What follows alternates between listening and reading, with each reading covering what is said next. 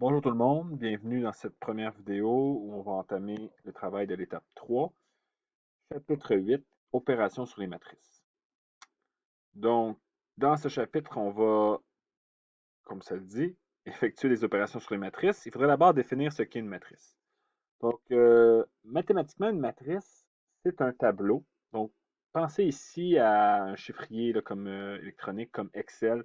Donc, un tableau avec différentes entrées, différentes cellules, si vous le souhaitez, qui a une dimension, dans ce cas-ci, finie, donc M et N colonnes. Donc, c'est un tableau dans lequel on va insérer, pour chacune des entrées, des nombres. Donc, on a par exemple ici les lignes et les colonnes. Donc, les lignes sont toujours horizontales, les colonnes verticales. Et on va dans ce tableau insérer différents nombres qui vont avoir différentes applications, différentes utilités selon le contexte. Donc, par exemple, si on nous demande l'élément A32, on veut savoir pour la matrice A quel est l'élément à la troisième ligne, deuxième colonne. 9. L'élément A11 sera 6. A23, deuxième ligne, troisième colonne. Oups, on se rend compte qu'il n'y a rien ici. Il n'est pas défini. Ça n'existe pas. B21, élément de deuxième ligne, première colonne. Deuxième ligne, première colonne. On a un 2. Troisième ligne, première colonne. Il n'y a rien. Ce n'est pas défini. Ça n'existe pas. Avant de commencer à vouloir additionner, multiplier, faire des opérations sur les matrices, on doit être en mesure de savoir à quel moment les matrices sont considérées comme étant égales. Donc, pour pouvoir mettre le signe égal entre deux matrices, on a la définition ici. Les matrices doivent avoir les mêmes dimensions, mais aussi doivent avoir les mêmes éléments aux mêmes positions. Donc, par exemple, ici, A11, B11, ça va bien, c'est la même chose, c'est 6. On a ici la même chose, on a la même chose. Bref, on a pratiquement la même chose. Mais on ne va pas dire que A égale B, puisque on a ces éléments-là ici, fait en sorte, mais dans le fond, on a 3 lignes pour la matrice A, on en a seulement 2 pour la matrice B. Non, car le nombre de lignes, la dimension, le nombre de lignes de A est différent du nombre de lignes de B. On peut tout simplement dire que les dimensions de A et de B ne sont pas les mêmes.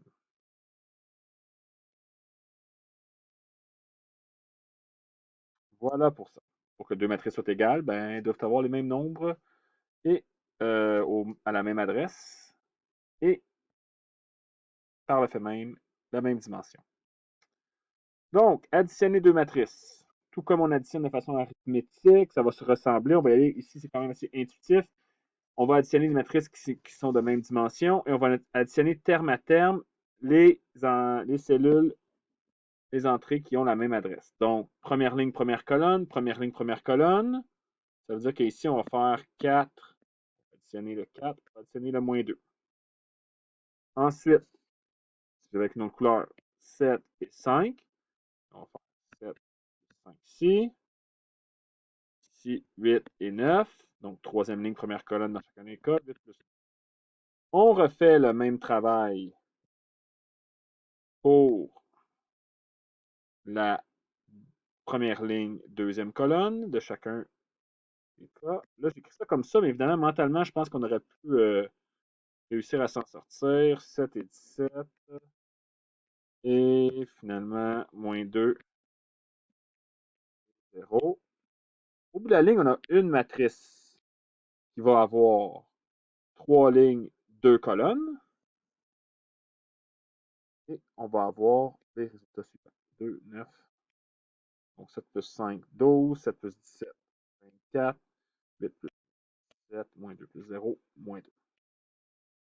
Voilà pour l'addition. La soustraction, ce serait exactement le même principe. Au lieu d'additionner les termes, si on avait une soustraction ici, ben, on aurait soustrait chacun des termes de la même manière. Donc voilà pour l'addition.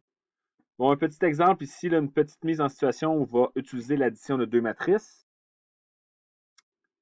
Donc ici, au lieu d'avoir des matrices, pour le moment, on a deux tableaux.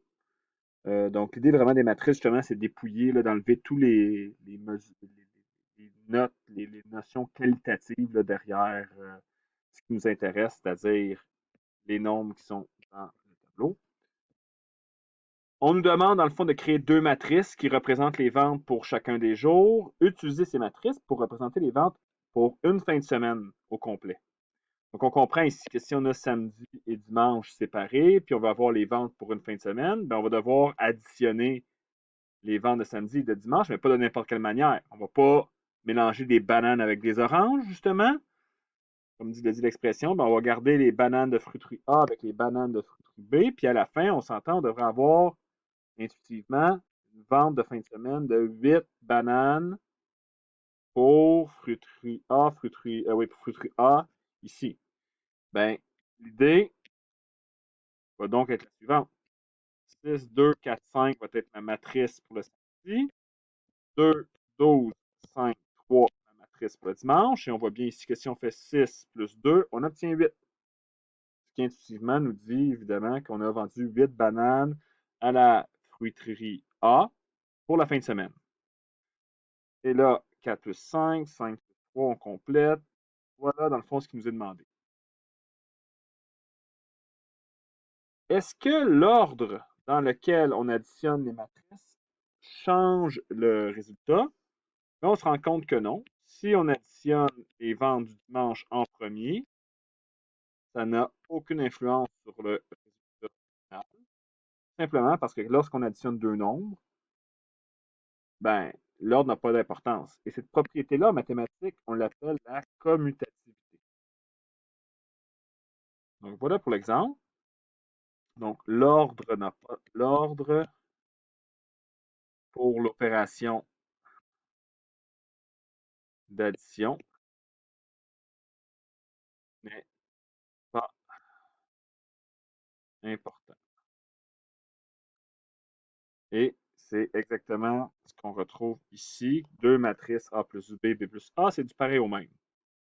Tout comme mettre les parenthèses, vous n'avez pas à prendre le nom des propriétés, soit dit en passant, là, mais tout comme avec les parenthèses, c'est pas d'importance. On appelle ça l'ordre dans lequel vous les mettez. On appelle ça la propriété d'associativité. Donc, voilà pour l'addition.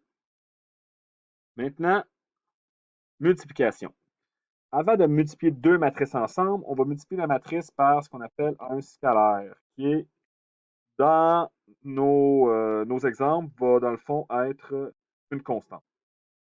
Multiplier une matrice par 9, par exemple, va revenir tout simplement à multiplier chacun des éléments par 9. C'est comme si on distribuait l'opération à l'intérieur de la matrice pour chacun de ces éléments. Donc, ici, on pourra faire 9 fois 4, fois 5, 7, 7, moins 2. Ce qui, au final, nous donne, sortez vos calculatrices, 36, 45, 63, 72, moins 18. Ouais. Un exemple, pourquoi on aurait besoin de multiplier une matrice par une constante? On revient à notre exemple de fruiterie. Imaginez dans le fond qu'on a ici nos deux ventes d'oranges et de bananes pour la fruiterie A, fruiterie B. Et là, on décide de multiplier par 4 l'opération qu'on a faite précédemment. Donc, A plus B, on l'avait déjà faite. Hein? Donc, 4 fois A plus B. Je répète, là, si vous allez voir précédemment, on avait établi que matrice A plus B, laissez-moi revenir en arrière, 8, 14, 9, 8. Ça, on a fait ça ici précédemment. Donc, 4 fois 4 fois A plus B, ça revient à faire 4 fois la matrice 8, 14, 9, 8. Donc, ça donnerait comme résultat 36, 56. J'ai une Alors ici, pardon, c'est 32. 8 fois 4, 32. Ça, et voilà. On l'a fait de cette façon-là, mais on aurait pu aussi, soit dit en passant, encore une fois, faire hein, à la place, là. Donc, ça ici, j'ai un résultat. Mais on aurait pu décider de faire 4 fois A plus 4 fois B distribué. Et on se rendrait compte que ça donnerait exactement la même chose là, que ce qui est ici. Donc, qu'est-ce que ça pourrait représenter, ça, 4 fois A plus B? Ben, ça pourrait être, par exemple, le total des ventes pour 4 fins de semaine, donc environ un mois, là, pour 4 fins de semaine. Évidemment, en supposant que les ventes sont les mêmes à chaque fin de semaine. Donc, on pourrait faire une approximation ou une moyenne, là.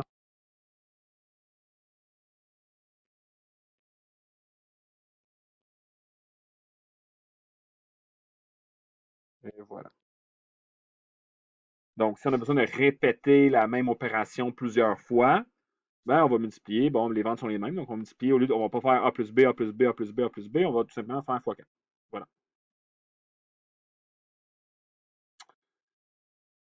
J'en ai mentionné, mais vous voyez ici là, la propriété de distributivité, donc d'une constante d'un scalaire sur la propriété de la multiplication par un scalaire sur l'addition de la matrice. Là, on peut l'effectuer comme on le fait en algèbre, comme on le fait avec les nombres réels, aucun problème. Même chose ici, là, on peut, dans le fond, distribuer dans ça. Donc voilà pour des opérations qui sont assez instinctives, intuitives. Maintenant, une qui demande un peu plus d'effort, la multiplication entre deux matrices. Intuitivement, on pourrait porter à croire que multiplier deux matrices, ça serait un peu comme les additions, puis dans le fond, multiplier chaque terme qui sont à la même adresse ensemble, ça ne sera pas le cas. OK? Donc, c'est un petit peu plus subtil. Et d'abord, il faut définir les situations pour lesquelles la multiplication entre deux matrices est possible. Donc, ça va être expliqué ici. Avant que je me lance, bien que ces concepts-là là, de définition ont l'air abstraits, quand on fait des problèmes appliqués, vous allez voir, il y a une raison, là, il y a vraiment ça prend tout son sens, dans le fond, la multiplication de deux matrices, la façon dont on le fait, lorsqu'on fait des problèmes de mise en situation qui vont venir là, dans quelques minutes. Donc, pour qu'une multiplication entre une matrice A et B soit possible, il faut que la valeur P ici, dans le fond, le nombre de colonnes de la matrice A, soit identique au nombre de lignes de la matrice B. Et nous obtiendrons un résultat, une matrice C ayant M lignes et N colonnes.